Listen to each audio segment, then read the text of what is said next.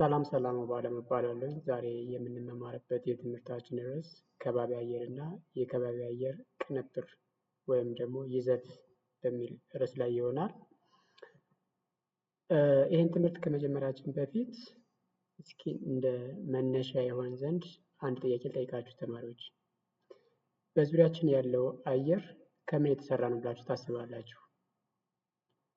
በዙሪያችን ያለው አየር ከምን የተሰራ ነው ብላችሁ ታስባላችሁ? እስኪ የቻላችሁትን ያህል መልስ ለመጥቀስ ሞክሩ። በጣም ጥሩ ተማሪዎች።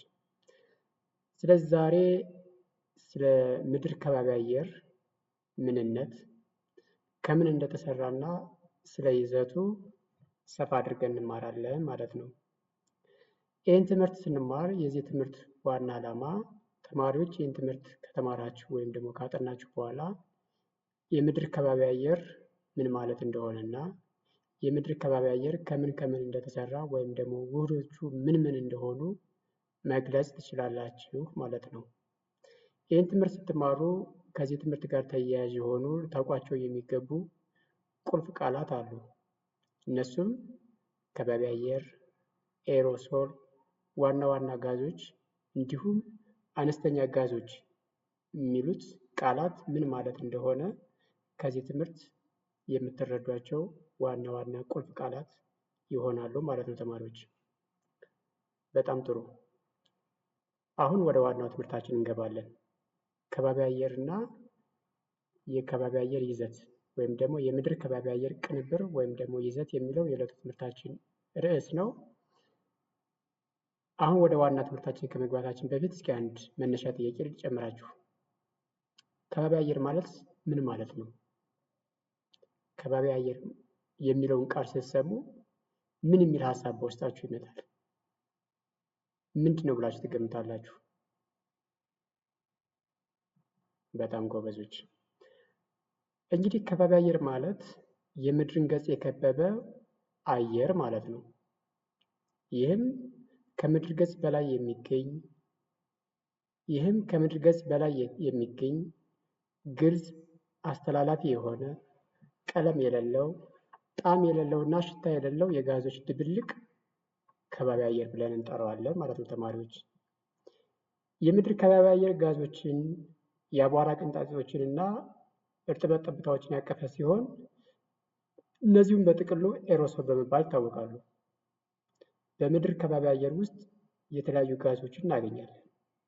ለምሳሌ ናይትሮጅን፣ ኦክሲጅን፣ አርገን፣ ሂሊየም፣ ሚቴን፣ ክሪፕተን እነዚህና እነዚህ መሰል በከባቢ አየር ውስጥ የምናገኛቸው የተለያዩ የከባቢ አየር ጋዞች ናቸው። እነዚህ በከባቢ አየር ውስጥ የምናገኛቸው የተለያዩ ጋዞች በይዘት መጠናቸው ይለያያሉ።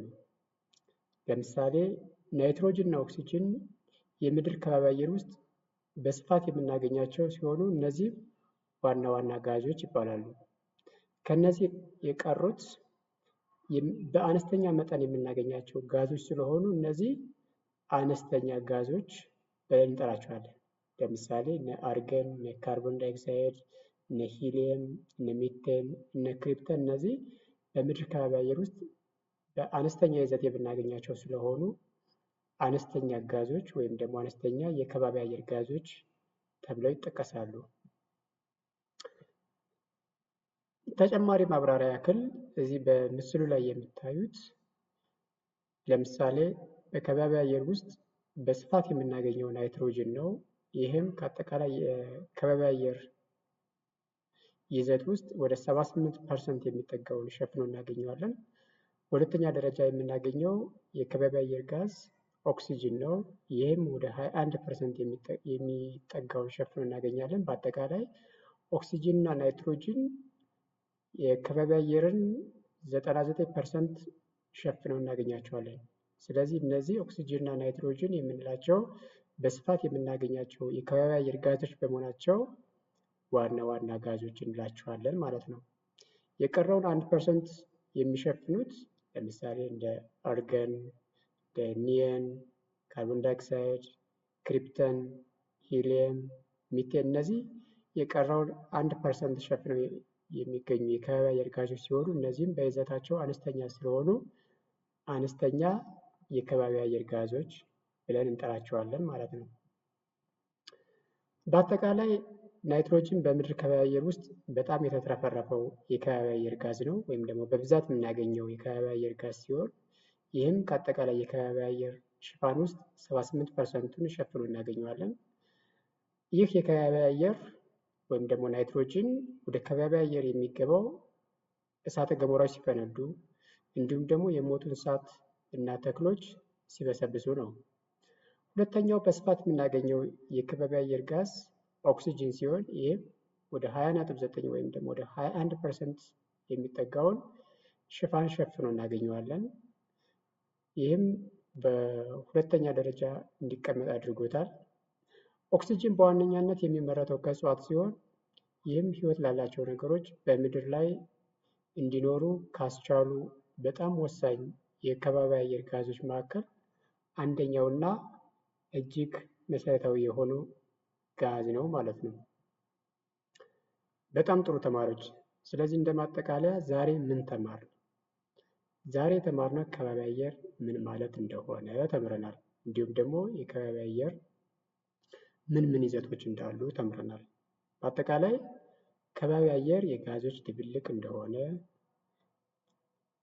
እነዚህ በከባቢ አየር ውስጥ የምናገኛቸው ጋዞች ደግሞ በይዘታቸው የተለያዩ እንደሆኑ እና በአብዛኛው በከባቢ አየር ውስጥ በብዛት የምናገኛቸው ኦክሲጅን እና ናይትሮጅን እንደሆኑ፣ ከዚህም ውስጥ ናይትሮጅን ትልቁን ድርሻ የሚወስድ ሲሆን ይህም ወደ 78% የሚጠጋውን የከባቢ አየር ሽፋን ሸፍኖ እንደምናገኘው ተምረናል። ሁለተኛ ደረጃ በስፋት የምናገኘው ኦክሲጅን እንደሆነ እና ይህም ወደ 21% ገደማ ሸፍኖ እንደምናገኘው፣ ይህም ለሰው ልጅ በጣም አስፈላጊ እና በህይወት ለመኖር የሚያስፈልገን ከባቢ አየር ጋዝ እንደሆነ ተምረናል። ከዚህም በተጨማሪ ሌሎች አነስተኛ የሆኑ ጋዞች እንዳሉ እና እነዚህ አነስተኛ የሆኑ ጋዞች ደግሞ አነስተኛ የተባሉበት ምክንያት በከባቢ አየር ውስጥ ያላቸው የይዘት መጠን አነስተኛ በመሆኑ ምክንያት እንደሆነ እና እነዚህ ደግሞ በጣም አስፈላጊ የሆኑ መሆናቸውን ተረድተናል። ግልጽ ነው ተማሪዎች? በጣም ጥሩ። ስለዚህ ዛሬ በተማርነው ትምህርት ላይ ጥያቄ ካላችሁ አሁን ጥያቄ የምንጠያየቅበትና መልስ የምንሰጥበት ጊዜ ይሆናል ማለት ነው። አመሰግናለሁ።